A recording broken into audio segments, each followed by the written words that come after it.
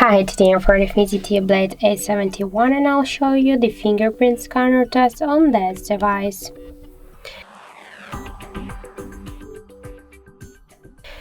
So I just set up my fingerprint to the scanner on the power key button on our phone, and now I'll just make a couple of tries to unlock the device with my fingerprint, and we'll see how fast this feature is and does it works. So let's try. 1, 2, 3, 4, 5.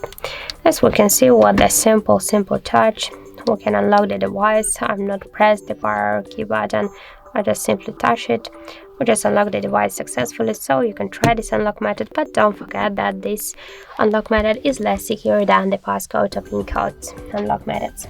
That's it. Thank you for watching, and if you find this video helpful, don't forget to leave a like, comment and to subscribe our channel.